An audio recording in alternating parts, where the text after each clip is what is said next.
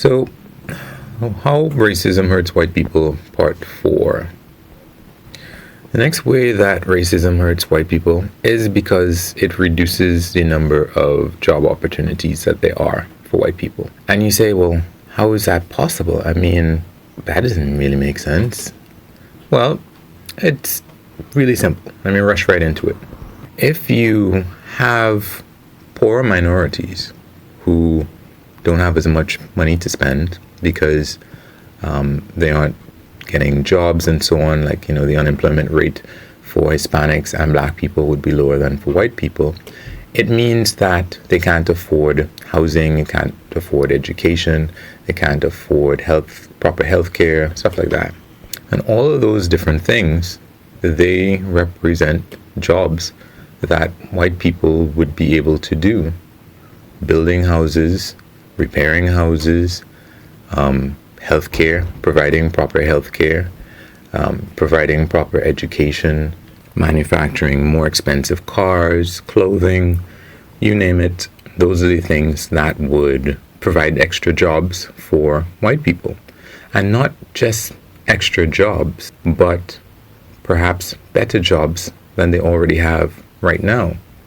If you look at any given society, there are a whole bunch of jobs that probably remain empty because you just don't have enough qualified people to, or at least on the employer's point of view, qualified people to fill those jobs. But it takes time and energy to train for a particular industry, and people probably are going to train for industries that earn more money.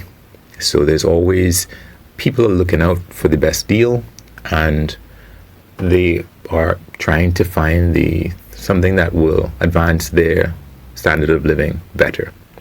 So the idea is that if there are all these jobs out there for white people, basically because black people would have had more money, or Latino people, or a lot of poor Asian people, people think that Asians are all going to be rich.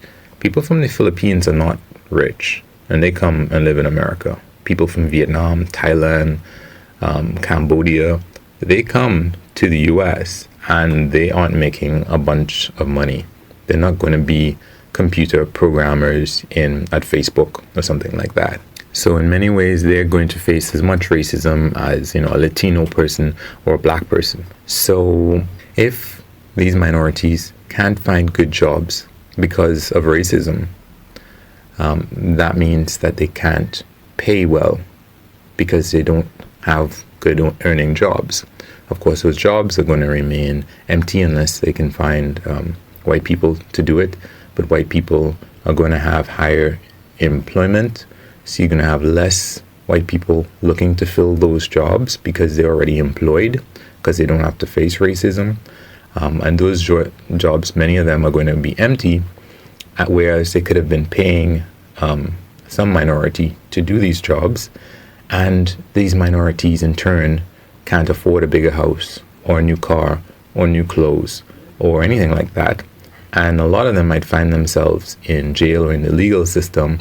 Again, as we would have pointed out, these things are a tax on white people because minorities. So these minorities potentially could have been entrepreneurs, except that they can't get loans as easily as white people, so they can't create businesses that would have hired white people to do things. And some of these white people might decide that they don't want to work for a minority. So that's another reason that they might not feel comfortable doing that. And basically, racism is keeping more options, more jobs from white people. And some people might say something like, well, by denying minorities jobs, that way there's more jobs for white people. But no, there's not a fixed number of jobs in existence and you're saving them for white people. Like I would have said, there are many, many jobs that go unfilled every year, every day. There are many things that need to be done that are not done because they can't find suitably qualified people to do it, in their opinion. And in addition to that, especially when, as was the case before this pandemic, when there's high employment and people still need people to do jobs, and minorities would have higher unemployment than other people. So in that instance, where most white people can find work, these jobs are they're not being filled.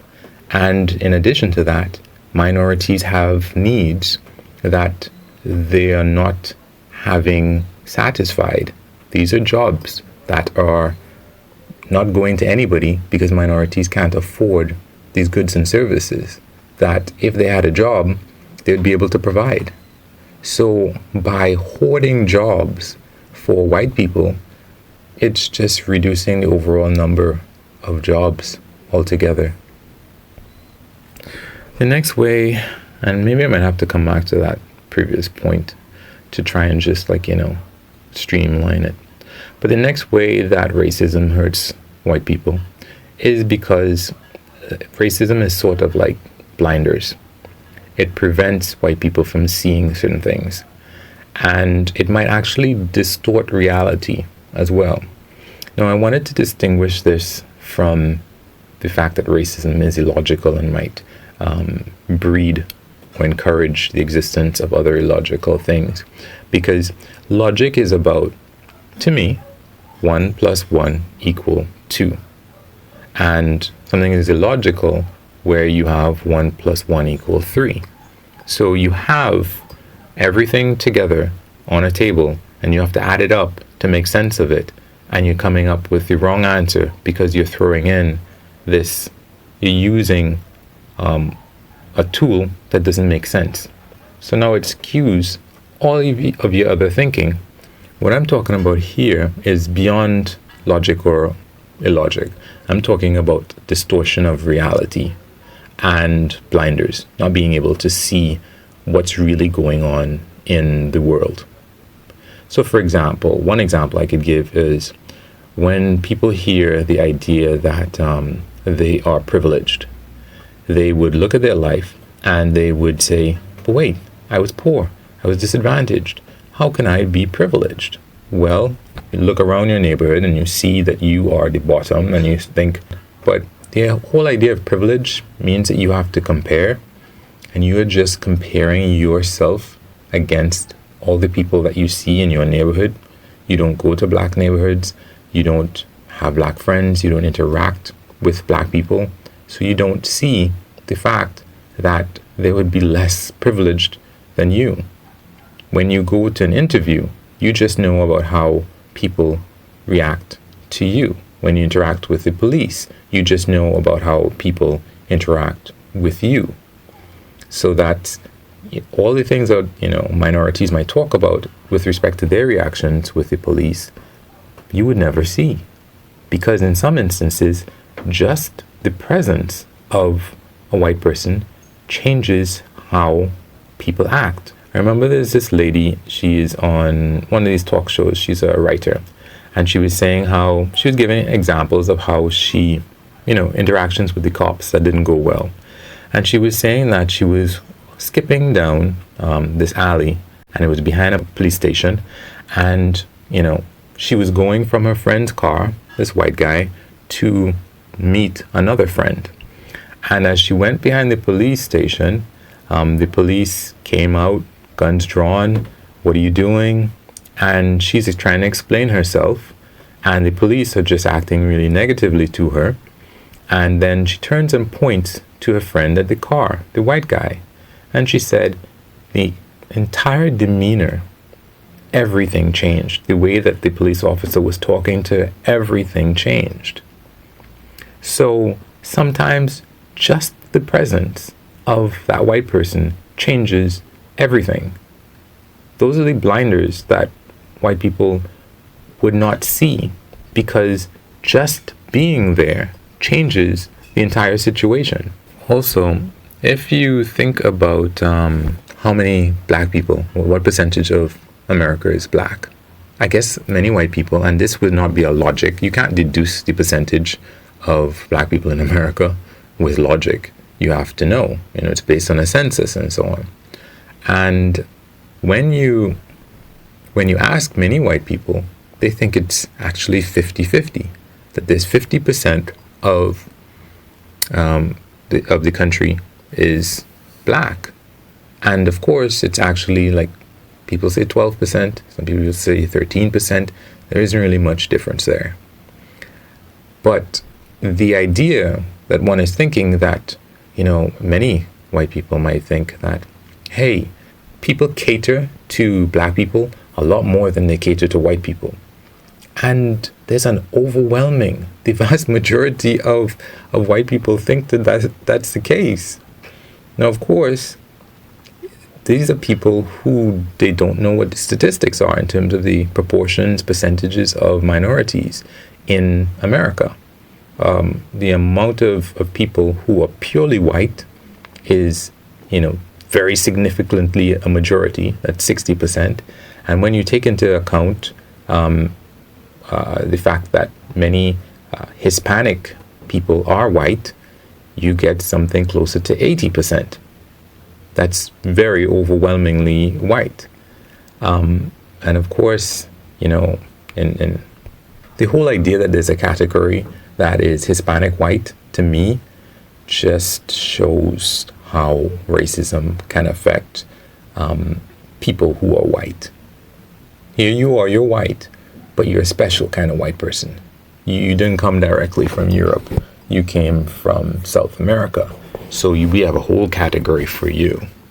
And for most of these people, and this is me saying how racism directly affects other white people, because there's a category for your kind of white. Anyway, to go back to this whole distortion, if most people are white, how is it possible that white people are at a disadvantage when it comes to favoritism, for example? How is it that in order for that to be the case, you would have to have most white people would have to be pro-minority in order for, or at least very close to half. And by pro-minority, I mean the whole idea that white people are at a disadvantage in America, for example. And yeah, all of these things, I guess, they have to do with America. But it is very statistically unlikely that there's a whole bunch of white people out there who revere black people to the extent that white people are at a disadvantage. Given the fact that communities are so segregated, if there was really an advantage to being black, and then a lot of these communities would not be as segregated as they are. Segregation is actually increasing. So there's this distortion, as I said. There's this distortion about actual reality. And there's also a lot of things that white people can't see, because if they see, that means that they're in a situation and then they're going to affect the situation. And as well, like I said, racism costs white people jobs. It's like if you had a whole state or two states of America, and people from that state, white people refused to go into those communities, like a black community, to work because they're scared. And the people who come out of that state, people don't really want to hire them. So they don't have enough money to request or pay for these products and services that would give white people jobs. It's like if you just chopped off two states from the US, would that increase the number of jobs that are available or decrease the number of jobs that are available? So yeah, I still have some more points, actually. You'd be amazed that I do, but I do. So I guess I'll get into a part 5.